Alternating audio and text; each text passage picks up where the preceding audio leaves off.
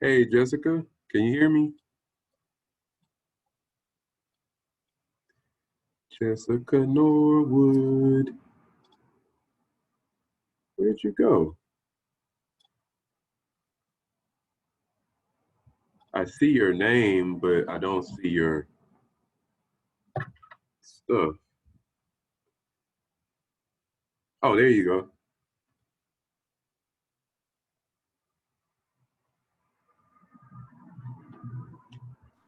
Hey, can you hear me? Hey! Hey, how you doing? Whoa, I'm good. How are you? Good, good, good. Oh, my little setup up in here trying to tear down. I Hold like on. your setup. Hey, You all look like you right. know what you're doing. It's the look. It's not real. Whatever, It's not real. whatever. Yeah. Yeah, I'm Well, so right happy. on. I'm It's so happy. us's. It's us's. Yeah, yeah. Good. I'm gonna start it off with. I'm gonna read a little bit of your bio line and then start. Oh, here's one person. Let's see who this is. Hello. But What'd you say, Jessica? oh, I was gonna just like properly talk about how much I've missed you and how happy I am to see your face. Oh, likewise, likewise. Yeah, right Been too on. long. I I went down my rabbit hole. Well, so getting back into this organizing space is funny. It feels like I don't know, like reconnecting with a whole bunch of people. You It know. is. It is. It's Mm-hmm. so nice to find. It feels like that with a lot of people though right now. Like I think there's a lot of intersectionality between, different paths that we've taken in our lives kind of all coming back together again. Mm-hmm. So that's been really sweet. Yeah. So, folks, if y'all are just joining us, thank you for joining. What we'll do if you haven't set in on one of these before, um, I will talk with our guest Jessica Norwood for about 25 minutes, 20 minutes, and then we'll pause, see if y'all have some questions, and then we'll resume some of the questions that I had until we get to about 10 minutes to the hour, and then we'll pause again to see if y'all have some more questions. Um, thank you everyone for joining us, and we'll get started. So Jessica Norwood is a leader, speaker, author, and host. She's nationally recognized as an entrepreneur, investor, brand builder, and culture shaper. Jessica was named one of Essence Magazine's 50 Black women founders to watch, and Conscious Companies named her social entrepreneurs on the rise in recognition of her work to close the friends and family gap for Black entrepreneurs through the Runway Project. And she'll talk to us a little bit more about what the Runway Project is. Her portfolio includes entrepreneurs working in food, technology, health and beauty, arts and culture, and many other spaces. Her innovative work has been profiled in NPR, Next City, Essence Magazine, Fast Company, and the New York Times bestselling author of Decolonizing Wealth, Edgar Villanova, calls her work the medicine modern philanthropy and investment needs. She was born and raised in Alabama, spent years in DC working in politics, and currently lives between Alabama and California. But she says that her heart is in Africa. So Jessica, we read that we know you're from Alabama. But what part are you from, and then where do you live now? Oh yeah, take your time. I'm having technical difficulties. One moment, please. Sure, of course, of course. And y'all, if you wanna, while we're getting together, her organization, the Runway Project. Let me give you the website for it, just in case you ever want. You can visit that. It is. Let's see.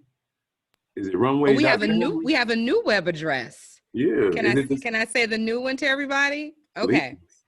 It's runway dot Family. That's it. Runway.family, www.runway.family. Just go for it and it will come up and you will find out all about Runway. We have renamed ourselves. We used to be Runway Project, and now we are like Prince and Beyonce. Just one name now, just Runway. Wow. So Okay. yeah, I mean, this is what happens when you grow up. You're one name, right? So Yeah. yeah.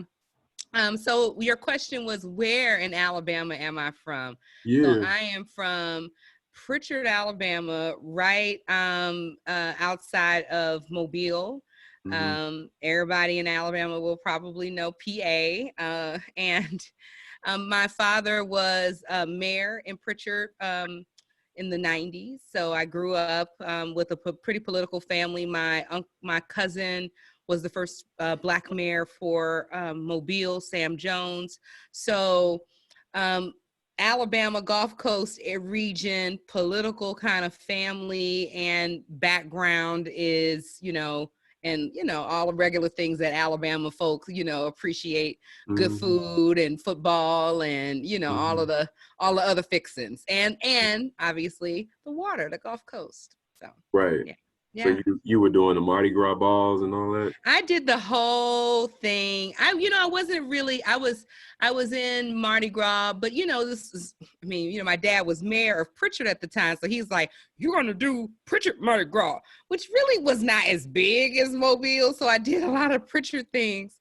But I was involved in Mardi Gras, have been for a long time. I actually am the founder of an organization called the Society of Clotilda, which is a Mardi Gras styled organization, membership organization, where we use all of our proceeds from parading and everything to actually support Black women's health and wellness in our area and throughout the state. So we don't really parade much. That's actually not our goal, but to tap into all of the monies that happen during Mardi Gras and start to direct that towards, community projects that really, and efforts that really need our attention. So I'm a Mardi Gras person, but new style. Yeah. Yeah. What's a typical week like for you now? Well, my goodness. It's a lot. I mean, we're like everybody else, on Zoom all of the time. Mm-hmm. So a lot of Zooms and meetings.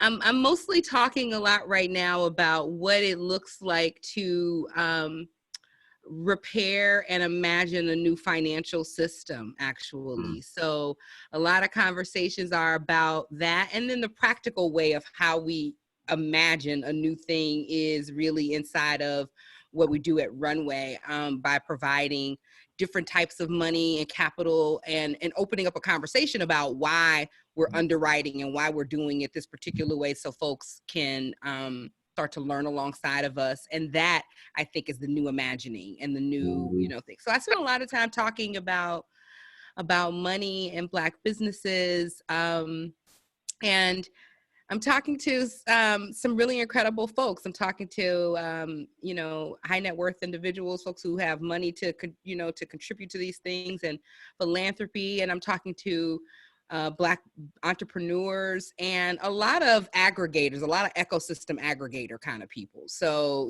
folks who have different coalitions and tables and things like that. I'm talking to them. And then I'm talking to business support organizations, people who do trainings and help the entrepreneur kind of get up and going.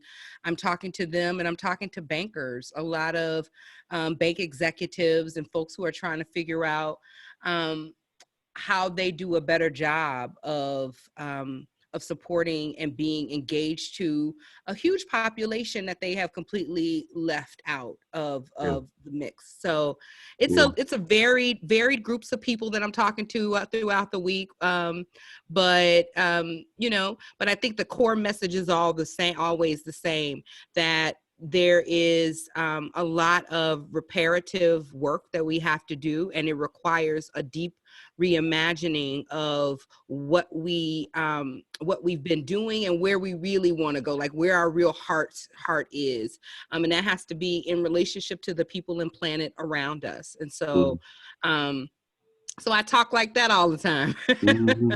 And then, move money. Yeah. And you've been talking about in this way for a long time, and well, I won't say long, but for Don't like age all of, me like that. right. But I want to say at least I want to all of your adult career, and I want to kind Yeah. of give you some flowers because you're one of the first people that I saw here in Alabama, and then I think period, who had this model of doing work around social activism and around community development and really quality of life focused on Black communities, poor communities. You wanted to do that way.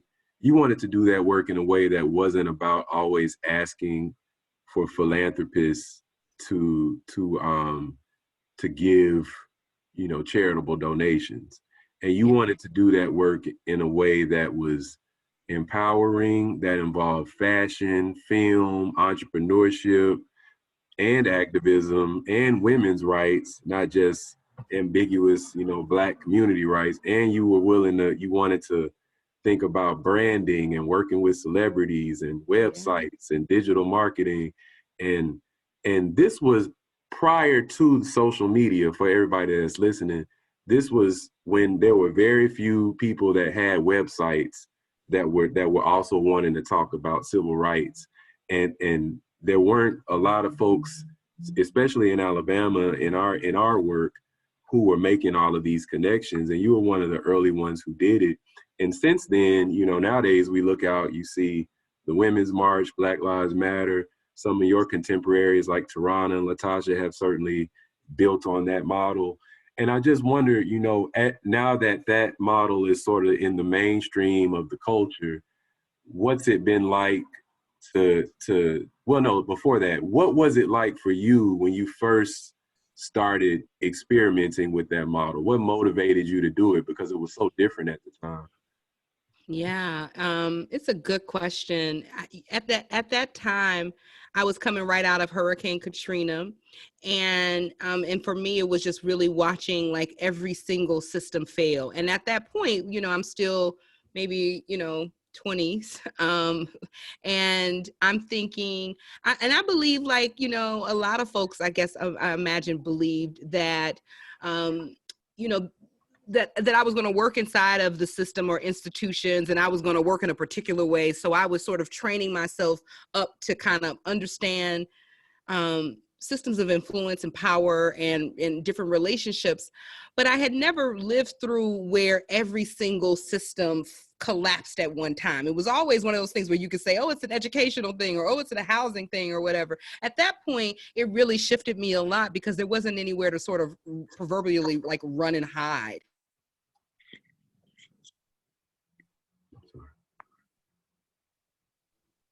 Okay. Sorry Did I about that. unmute? Okay.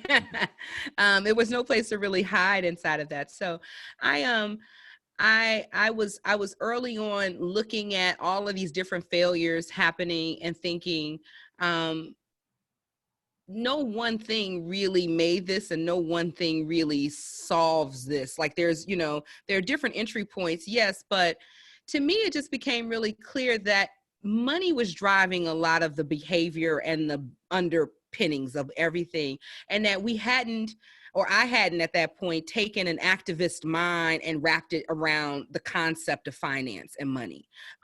It was just something that was always kind of out there where we would talk about the issues, but then when we got to the money, we were, grumbling and just not really ready to kind of take that on in a serious way. And so I wanted to be a front runner in that and think earlier about the money. And there were obviously other people who were thinking about finance and capital going on, but to your point, they weren't necessarily, it was still feeling a little bit fringe, and I knew it needed to be more mainstream. And so I think the pieces around how we looped in much more culture, a business, and what was the framing of the conversation that needed to happen that got us there. And so me introducing friends and family as a lens and as a frame around how we support Black businesses, that didn't exist before I Mm. came out and started talking about that. At that time, people said Black businesses have three problems: um, access to capital, access to the marketplace, and access, and needing business supports or training, right? So those were the three areas. And I came in and said, well, based on this data that you keep putting out, I call this racial wealth gap, how does that business ever take off in the way that you're talking about if you're not supplying the first level of money, to friends and family money? And I particularly hammered in on friends and family because I wanted to talk about a set of values and beliefs and a cultural understanding about what we've forgotten about what it means to nurture and build up a group of people and a community, and how much return should you really be expecting, and what are we saying about those folks, and the ways that our underwriting continues to play on stereotypes and other tropes about Black people and their ability to be competitive or to fail forward, like where we even have the spaciousness to imagine and dream. I really wanted to push on that. And so talking about friends and family was completely new. I ended up winning a fellowship for economic disruption because it was just a question and an idea that at the time nobody was really posing. And then I had to kind of go on and do all of the work of, all right, so you got an idea, build it. And there's a tricky part about being one of the first people to kind of build something like that, because everybody doesn't believe that it'll work. And so you're hanging out by yourself, believing and praying and just talking to God every day. And your ancestors like, is this what you said I should focus on? Am I still on the right track? Because at a certain point, there's just nobody else around you anymore. You kind of gotta like go inward and trust that. And then the world opened up and opportunities started to come. But we had to really blaze a lot of those trails that people are walking on now. We had to go first. And it was not an easy walk. Yeah. When you look now, and this is after like the Hollywood So Black campaign on Twitter, and there's been a lot of these hashtag campaigns that have translated to some real philanthropic investments, and everything that happened with the protest movement this year resulted in people wanting to invest in places or make certain corporate decisions that they hadn't before. So there are resources available that haven't been available for many generations, any other generation, let me say it like that. Yeah. And that has opportunities and that has threats associated with it. What do you see as sort of the next step? How do people who are interested in the finance and in social entrepreneurship, but they don't want to, they're not interested in the exploitive element of it, what are some thoughts you have about ways people can navigate those spaces to continue to build the work for the next steps of it? Does that question make sense? I think so. I think what I'm hearing in it though is underneath this the pros and the cons around, corporations and all of these folks, jumping up in there, like so into Black businesses and, and philanthropic money, corporate dollar, philanthropic money as well, moving around. And there are some pros and there's some cons. There are opportunities and threats, I think was the language that you used. And, how we can navigate those things. I think what I've been telling people from the very beginning is to slow down and to take the time right now to make this a lifelong commitment. The relationship that we have right now to finance and money is, in the grand scheme of things, relatively new.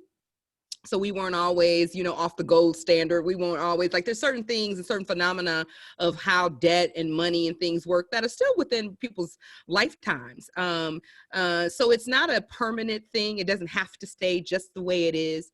But what it does require right now is to think of this the way that Native communities and other indigenous communities think of these things, where the language and English language is so poor in this, is that this is really about, when we say generational wealth, we have to be thinking about not just the personal wealth or the wealth of one family, but thinking about how we're being good stewards of resources. Um, and that takes time, and that takes a life commitment, because we're saying generation. That means you've got to give me your entire life on this, and then you've got to set this up so that those who come behind you can pick that work up, and you've got to treat this 300 400 years out in the way that you're actually talking about how do we repair what's gone wrong. So I'm appreciative of every corporation at local levels and national and so forth who have stepped up and made pledges and comments about Black lives. But I think where I see things going right now is Black lives mattering at a point when Black lives are actually able to be able to move unencumbered and to be able to rest and to have spaciousness. And in order to do that, we've got to, all the folks who are making these pledges and the people who are sort of positioning themselves in intermediaries or in community to these different folks or whatever, we've got to all be calling for a slowing down and a real integral work where we work on three areas. We work on the I. How am I going to be different because of this? We, how are we as a collective, as a company, how are we as a company going to move differently because of what we just played? We said Black Lives Matter, but how did it change me? How did it change this company? And then externally, how does that then change how our position, externally to our consumers or to, in our procurement or like in our external sort of facing things.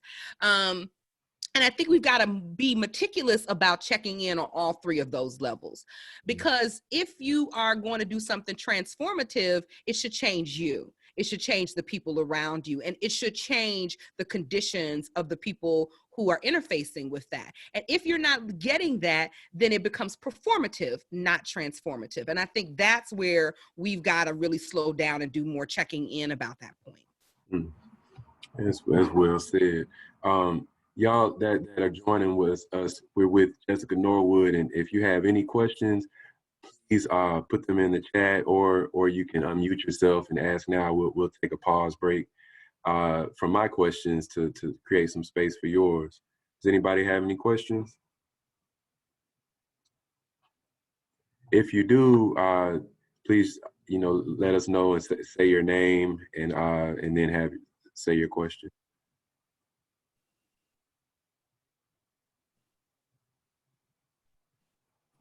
Okay, well, I'll ask a few more, and then we'll take another break later on in the talk.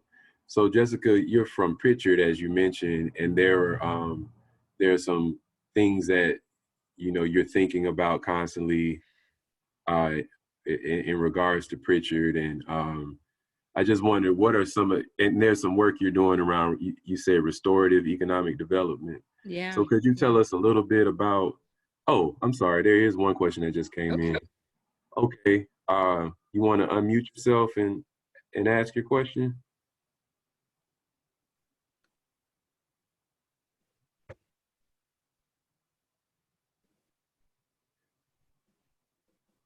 Well, I'll get more clarity on this question and then I'll ask it for you, Jessica. Okay. Okay. But just in terms of the work you're doing around restorative economic development in Pritchard, could you tell us a little bit about what that work is and what your vision is for it, what the response has been in the community? Yeah. So, as I mentioned earlier, for everybody, I am from Pritchard, Alabama. I come from a political background, and actually, that's what I studied in college. And I always really, I understood the place where policies and interactions happening in this local community. And like a lot of communities, Pritchard is, it's a majority, it's a Black city, and, Black government.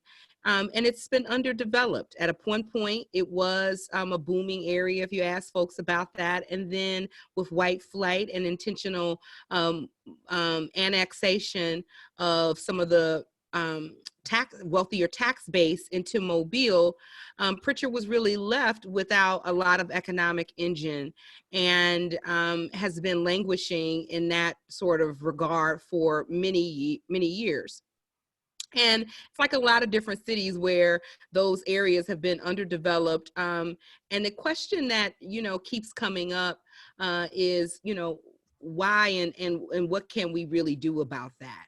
And I got a phone call from Reverend Robert Turner from from Vernon, and it was a beautiful phone call. It was right at the beginning of September, and I think it was right around the time that I emailed you, Evan, and I was like, listen, I have an idea, and there's some work I really want to talk to you about.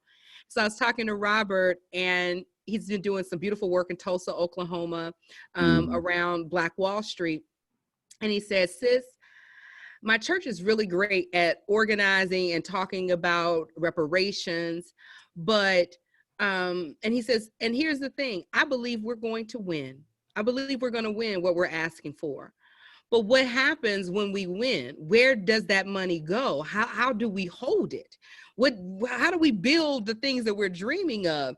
And it's a real question and a real thing that we've got to get in front of in our communities. We're calling for Black women to be in different places of leadership, but we, as a Black woman, I can say that we've been gaslit and all these other things for so long that stepping up into those roles and really understanding how to do those things to the effect that we want, that's going to take some time and some relationship and some building and all of the things in community with other folks. And so I say all of this to say this larger question, which has to do with, is the leadership and are the people prepared to receive the abundance that we have been calling for?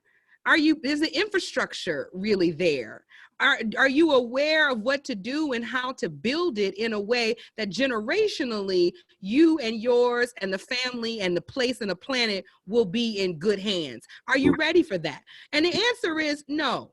No, we're not ready. And so what I have been doing, because of the work that I've been doing in politics early on and now in economics, I'm a fellow at the Center for Economic Democracy.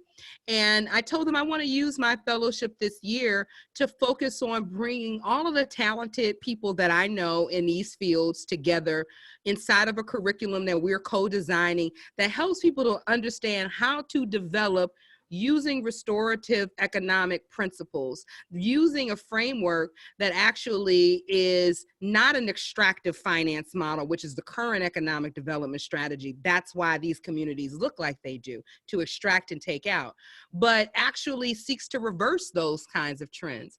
And what is really important in that is the disruption of methods or ideas around ownership and how we can do those things much more differently. And even in the point of making the attention that as we develop, we will be teaching alongside of that development, I think helps all of us to get our, understanding and expectation up. And as I said to you earlier today, Evan, when we know how to buy that block, when we know how to take care of ourselves to put those resources in better use, we are now much more apt and much more engaged in what's going on in our community. We can no longer talk to Black folks and Black communities, and I don't mean to ambiguously all Black, but Black communities writ large about economic development and it only be workforce development or financial literacy. That isn't actually what people are trying to figure out. And we can't only just let people think that your personal finance is the only finance that matters, because it does not.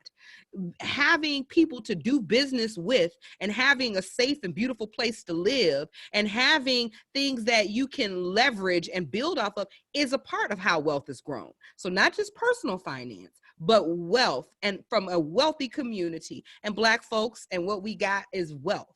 And so how do we put that into action? How do we do that? So what I'm doing in Pritchard is launching what is called the Port of Africa Town. It's an online curriculum where you can learn alongside of the citizens of Pritchard as we're doing this restorative economic development.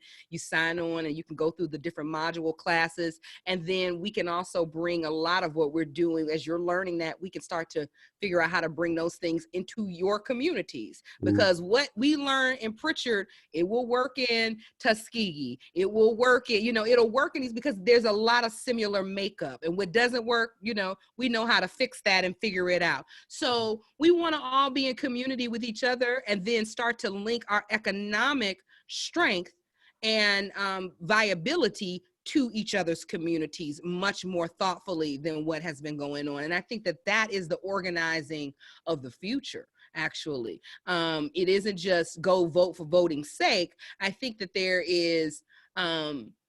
there's the voting piece of it, which is one conversation, but there is but people have to be, ears have to be open before you come along and talk about the candidate. They have to already be engaged in a body of work and a organizing before the campaign ever comes. The campaign does not have time or money or geared in the way that they think and structure to educate everybody. The education happens beforehand. And what people want to be educated about is, how do we buy that block? How do we build restorative economics and justice field structures in our community? That's what they want to know.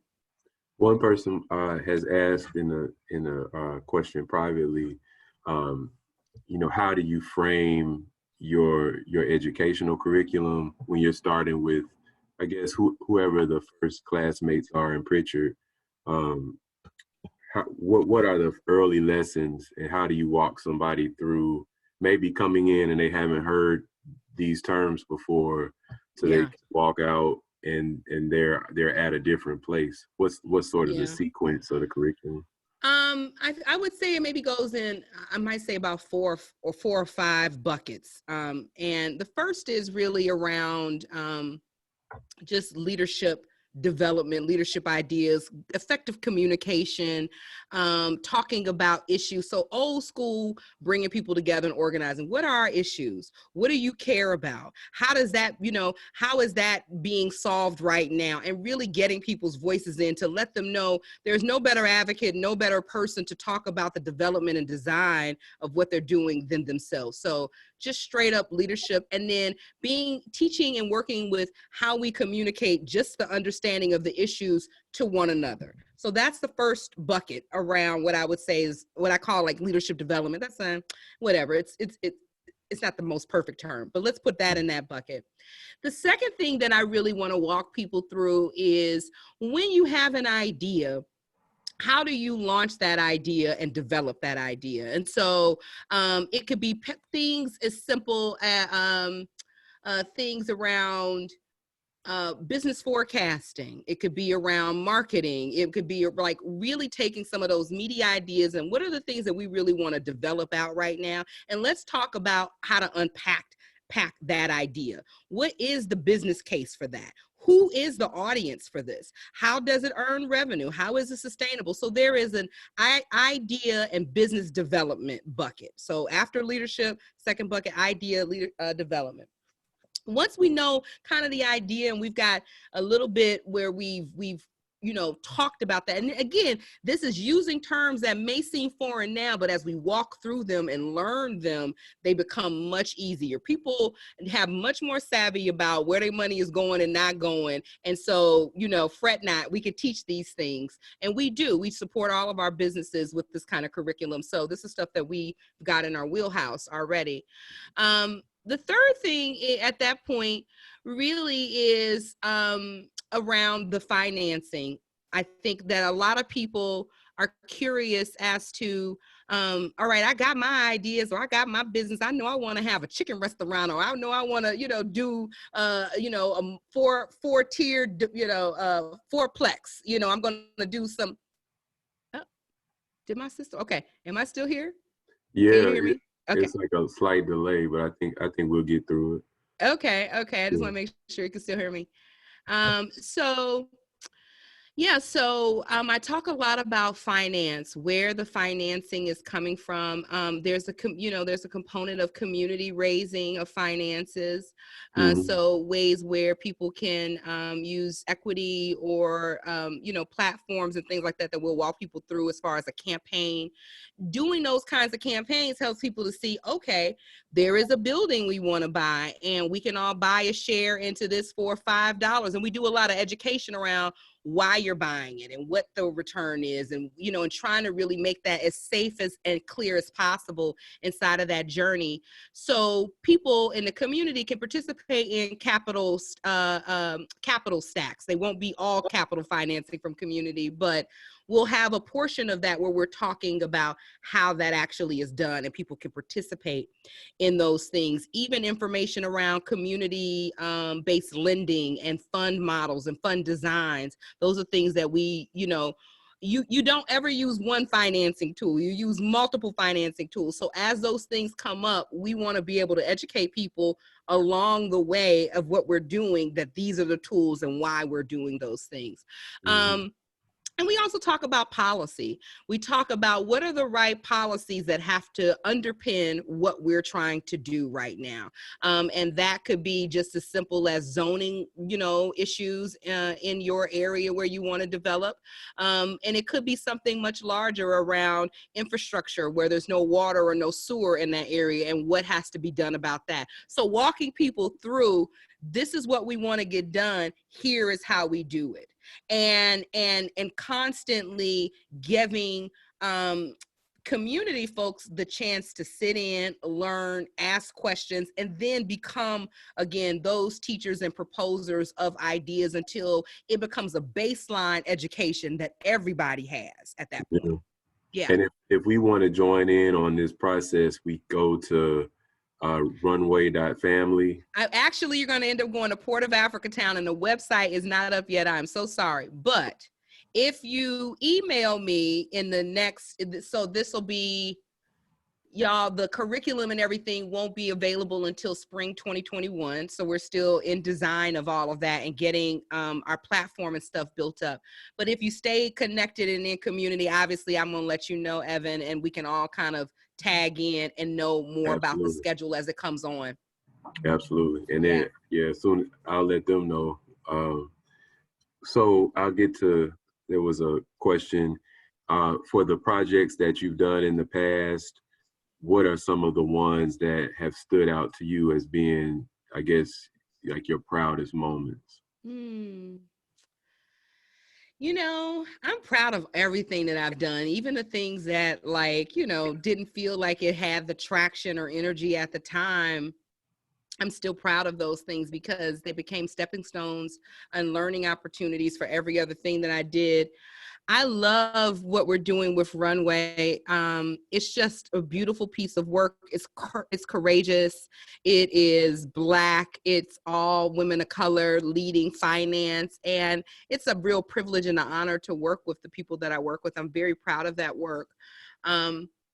And that work was really born out of emerging change makers and all of those things. So it's still a continuation of a lot of the things that we started talking about early on around finance and economics and stuff like that. So I love that.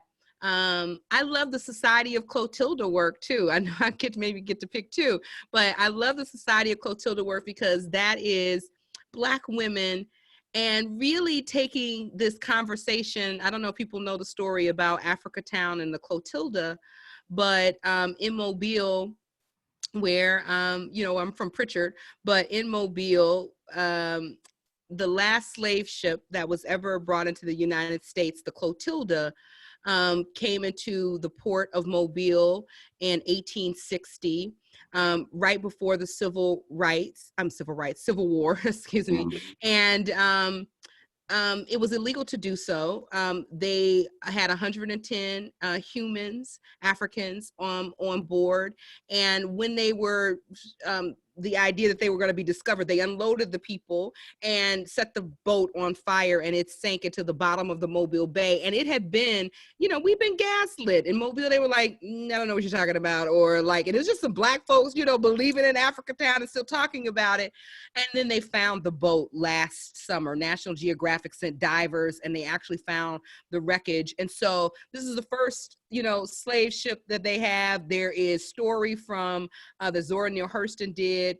Right. And so there's all of this information, and, rightfully the community is wondering, and the descendants and folks are wondering, well, what does this mean for our community? How does it change economically for us and for the environmental justice issues that are happening in that area? And Pritchard, which folks don't talk about, Africatown used to be a part of Pritchard, but this was the area that Mobile annexed out because it has all of the mills on there, and they wanted the economic revenue for that. But the folks who kept Africatown alive, in the city that grew out of Africatown, this Black led place of free Africans, was the city of Pritchard. And Right. so I've been working with Society of Clotilda, because one of the things I said to myself was, and to my sister friend and co-founder Chandra Brown, who runs Lifelines Counseling, we talked a lot about the high level of domestic violence homicides, Black women being murdered in Mobile, and the number was going up and up and up, and cities I would go to, I was out in Oakland, sister was murdered, people were being murdered there. I was like, something is really wrong and really off. And it was at the same time that this ship was being found, or, and we talked about the legacy of violence that came on the Clotilda and boats like the Clotilda, the legacy of violence against women, that ultimately that violence and that trauma that we have inherited from that plays out into all of these health issues that Black women are currently having, birth mortality rates, and stress and depression and domestic violence homicides and rapes, and all of these different things. We believe we trace all the way back to the Clotilda and boats like it. And so what does it mean to now have this boat of the ship being discovered and the story coming up? How do we use this as a healing place to restore ourselves and to fortify ourselves in something different than that? How do we come from a place of joy? So we spend a lot of time talking about moving outside of the oppression that we have inherited, and listening with a conscious and present state to one another, and doing the work of being good stewards of the responsibility that people are asking for us to step up and to hold and to support communities and to lead. And a lot of folks who are, in public office and everything. But how are you transformed? And so then how is the work transformed? And that is really the most important thing. And back to what our good brother, Reverend Turner says, I believe we will win, but how do you hold it? How are you going to be prepared to actually step into all of the abundance that we have been calling for right now? We've got healing work to do. We've got infrastructure and scaffolding to lay right now. And that looks like spiritual work, and work with our sisters around that, not in just isolation, but building a process and a pathway around how we communicate to one another, how we check in and check out, and then step back in and step out, and how we build a container for ourselves and for our children out of the violence and out of the trauma of those things. And so I'm excited about the Society of Clotilda work. It has been growing and growing, and we party. We do Mardi Gras stuff, and we wear fun Mardi Gras stuff and hang out and everything. And that way, anybody at different places of entry can, if you just want to come and just have a great time and party up, come party. Like, there's a place for you. If you want to get into the advocacy around Black women's health issues, join us for the advocacy. If you're just here around, let me deepen myself and train and learn with you, come for the trainings. But we have it all. We have it all going on. Yeah. When you think about the work you're doing with Runway, and you're a person that can people in lots of different parts of the country, different parts of the world, and sometimes these folks are from Alabama. Like, Tim Cook, for example, over at Apple Yeah. is from not far from where you're from. And there's all sorts of other people that are in industries where they have access to some of the capital that you're talking about. And on the flip side, some of them have been exposed to some of the trauma that you're talking about growing up in some of the communities here in Alabama. And so sometimes obviously the response to that is, if I can leave, and when I have the opportunity to leave, and if I'll go try a new place, and then when I'm feeling something there that is not the trauma that I associate with my home or with my upbringing, maybe staying there uh, is the decision that I'll make. And I feel like there are certainly a lot of folks who have these deep connections to Alabama who aren't necessarily here physically, but Mm-hmm. more importantly, there aren't really pipelines for people to stay connected to the work that's going on, that the folks like the members of the groups that I'm working with, people that you work with in your organizations. And so just what's some of the insight you have for people who want to do a better job of bridging that gap, so that, hey, if you Yeah. want to live in Oakland or Paris or Atlanta or wherever, live there, live your best life. And here are some ways you can support what's going on back in Wilcox County or back in Fort Payne or, Yeah. Selma or Pritchard. Yeah. Yeah. I think it's I think the interesting thing right now is that one of the privileges and honors that we have right now, and to step into this abundance, is that we don't have to be bound geographically to Mm-hmm. what we love. Um, we can love a lot of people, a lot of things. We can love them through the distance inside of, the screen right now. We can love in multiple different kinds of ways. And I think the first thing is to give ourselves the permission to step into the abundance of that idea, to step into the fullness of that idea, that you don't have to be bound by geography to love a place, to love a thing. Any places can be your home, and you can have more than one home. You can be home full. You can have multiple homes. You can have multiple places that receive you and love you and take you in. It doesn't have to be relegated to just one. So that's the first thing that I would invite people to just sort of sit with that idea. And then where there feels like there's toughness and delicacy, because it's delicate because of I might have not grown up the way that I wanted, or there's relationships or all of these different things around that. I tend to believe, and this might, I don't know how this is going to land. I don't think I've ever said this out loud before, but, I support asset-based development strategy. And so asset-based is really understanding that you are and we are our community's best assets. Everything that community ever had, the good and the bad, they pour it into you.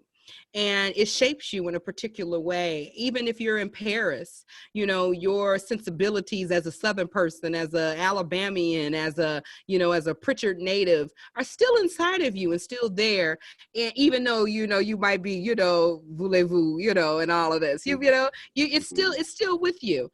And so I would say at that point that loving the parts that are still with you and getting intimate with those parts, so where the response of not participating isn't just drawn from a trauma, but is drawn from a place of, I love that little girl that Yeah, was in, yeah, that was yeah, in Pritchard on those red dirt roads. yeah. I love that little accent, because that tenacity, that thing that I grew up in, got me, to Yeah. these places. So I would say working on that. And then because home, what our communities really need is everybody that we have poured into. We need all the smarts. We need all the good magics. We need all the good love. We need those folks who've gone off to Oakland's or to LA or to Chicago or in Paris or Dubai, to really help us to think about and understand where other possibilities are,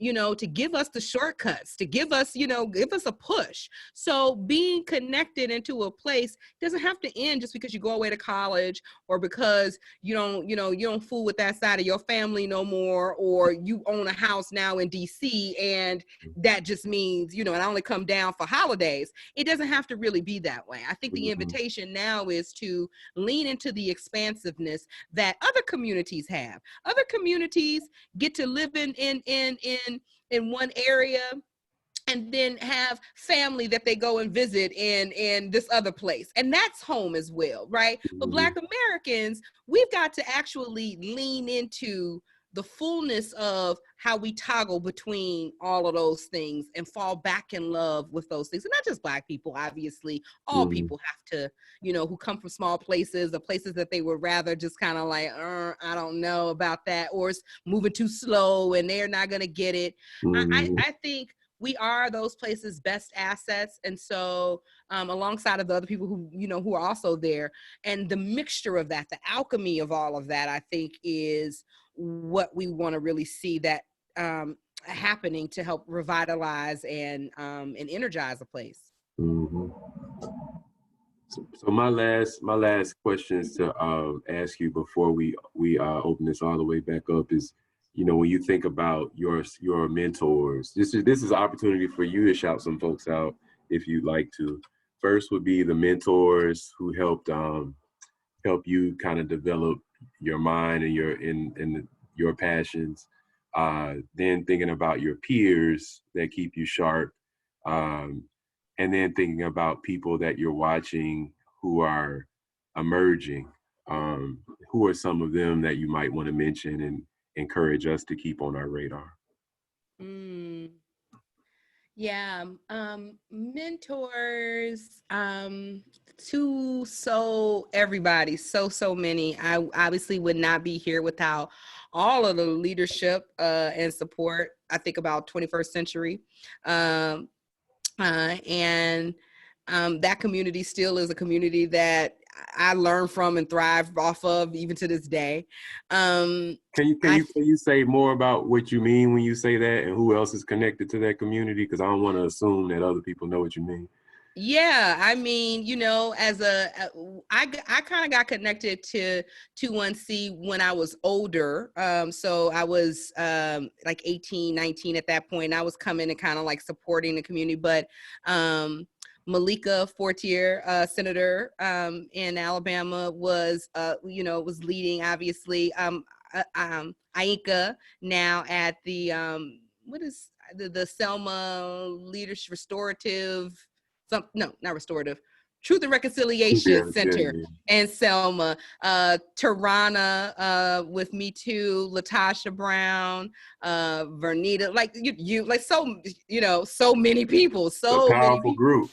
It's a powerful group. Reverend Turner, who I was mentioning, it's just a lot of, and there are many people whose names I'm not actually even saying right now, but so many people who are in so many different places, who, through the years as young people just really grew up, and y'all learning and developing and thinking and building a community with each other.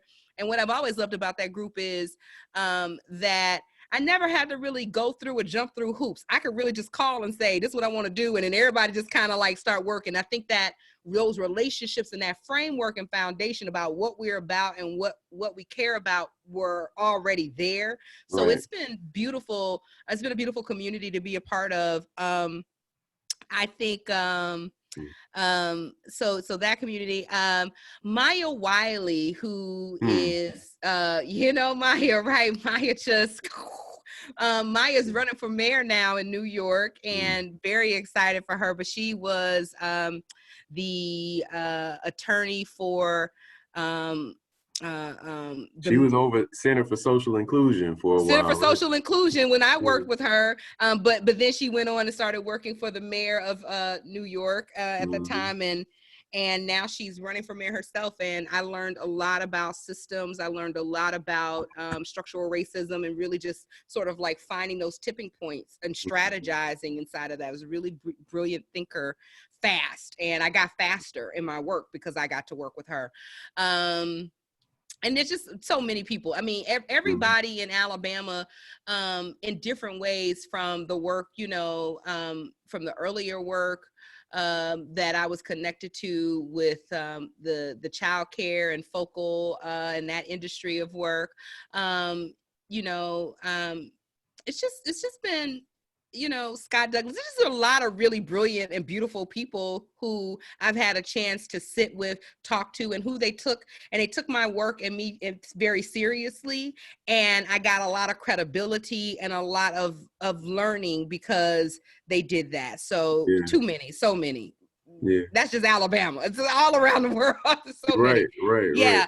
And my peers, again, equally, like, you know, all of the folks that I mentioned out of 21C,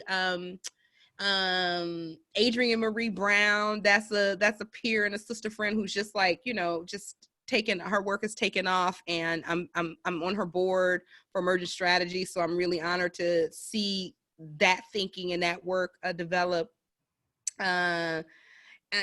Gosh, there's so many people right now whose work is just really beautiful. I mean, there's just a lot of really cool projects and things that are happening. I'm happy to see you, you know, and all of your trajectory and stuff like that. And so yeah, there's just a lot of really amazing people. My co-founder Chandra Brown is fantastic. I have another co-founder on Port of Africa Town, Steve Bradbury, who used to run Acorn in New Orleans and is what was that president's name? Robert F. Kennedy fellow, RFK fellow, brilliant.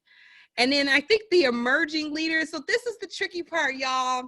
Okay, so I got to get back in on my younger leader jam because I haven't been around a lot of younger people in some time, and it's cramping my style. But my younger folks, I am on the board of Zeal Multimedia Cooperative, which is like it sounds like multimedia cooperative folks, young Black artists. They did this really powerful conversation last year at Art Basel, who owns Black art, and it was just it was New York Times. They've just been killing the game at this place of supporting artists and asking these questions about finance and economics. And they're a younger group of people, and although I think I'm with them. So every time you say younger, I was like, are they younger? Because I think I'm with the same group, you know.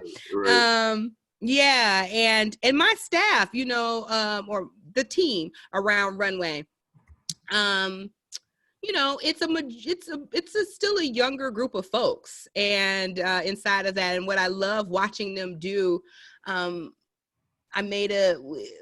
them fundraise and, you know, talk to folks and talk about money and get through some of the fears that they've personally had about, you know, can we say those numbers and what do we do? But, you know, it's like they're strength in numbers, and trust me, boss up on them, say it, you know, and so watching them, you know, strut their stuff and work their magics in the world is just a gift, because they are all of the beautiful art and the technology and all those things.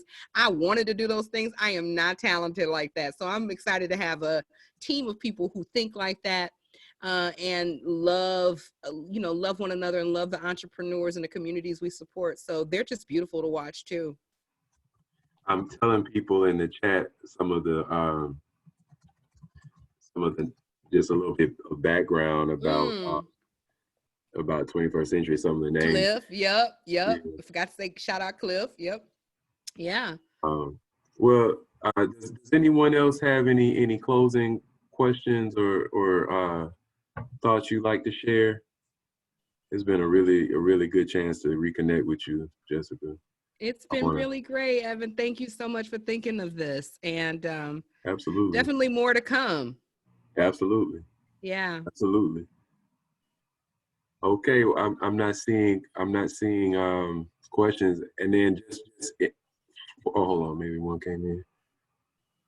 Okay, so if folks want to stay updated on your work and in touch, the website would be. The website is perfect. Yep. And if you're on social media, Instagram, Jessica Norwood is great. I post like when I was speaking and different things like that. So yeah, find me on social. Somebody just asked, is there a actual, can you put a dollar amount around some of the things that you were mentioning as far as wealth development on a collective level? And but let me try to rephrase that, because that question can go, uh let me ask it like this. If you had a meeting in, let's say you go out to the Bay Area, and Tim Cook and a lot of those people from the tech sector come and they're amazed by your presentation, and they say, Jessica, we want to fund some of this work.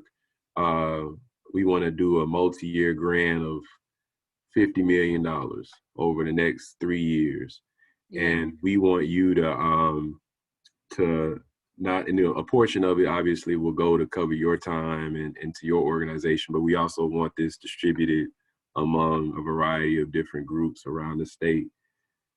How would you approach figuring out what to do with a grant of that size? Jeez, I Evan, think I know that was not the question. That is the Evan mind asking me this question. I'm just saying, because money. If Yeah. I ask you open endedly, it's never an end. That's what, $1 trillion. The background to the answer is what I believe is required is you have to retool the infrastructure.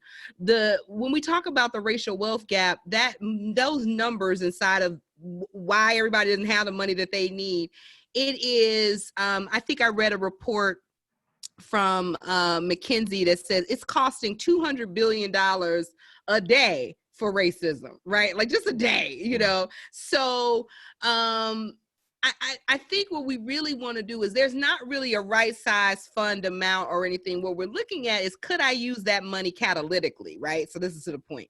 Could I use it catalytically? What I will focus in on is moving the banks and the financial infrastructure to actually move the money that they have. They have money. They got lots and lots of money, but it isn't moving properly. So I would probably double down on infrastructure around those things. I would certainly. And when you say infrastructure, you're talking about leveraging the donated philanthropic money to get financial institutions in the state to invest in.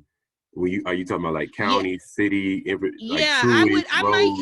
I might use it. I mean, if we're just talking about one state, I might target it differently if we're talking about across the country. But boilerplate, where Yeah. I would go is, I would look at those financial institutions, and I would look at where I could place money or put it in such a way to dilute what they thought was going to be a risk, to basically de-risk the money and get them moving and under terms that work for everybody, like, Wow. you know. And so I would leverage that money, I would catalyze that money, and actually to unlock other dollars out of it primarily. And I would also look at retooling some of the infrastructure and things that they currently have. Like, when I say infrastructure, I mean access to the actual a banker or a person who speaks and talks like you talk. And I would say, I would be looking for infrastructure changes. I'll be looking for talent changes. I'll be looking for technology accessibility that matched. I'd be looking for just a more sharpness inside of the types of products that we design, and when those things are deployed. I'd be looking for a continuum of capital from the very beginning of, I got an idea, all the way to, I am about to get an exit, or I need to go and issue an IPO. I really want to take all of that and start plugging in holes inside of those things. So it sounds like you saying you would create a fund that entrepreneurs and small business owners in Alabama could have, so that when they go to the bank says, I had you rated as a level 9 risk, but because you're associated with the Runway Fund, I'm gonna give you the level 2 risk or the level 4 risk loan, which is easier for you to get, is better terms. And so now there's more money flowing among entrepreneurs and small businesses. That's right. And that's currently what Runway does. Runway goes to the bank before any entrepreneur ever shows up, and we negotiate that your first loans are going to be 5-year, 4%, zero interest for 2 years. We're going to renegotiate the best terms we can get, and we're going to pay and put up collateral, risk reserve pools, all of these things, so that you don't feel those things. What you're going to experience is, I walked in with a good idea, I was supported by Runway to train myself up, and I got the money that I needed, and I'm growing. That's what you need to know. But the way that that works was money targeted in those different places to make those banks perform that way. Wow. So yeah.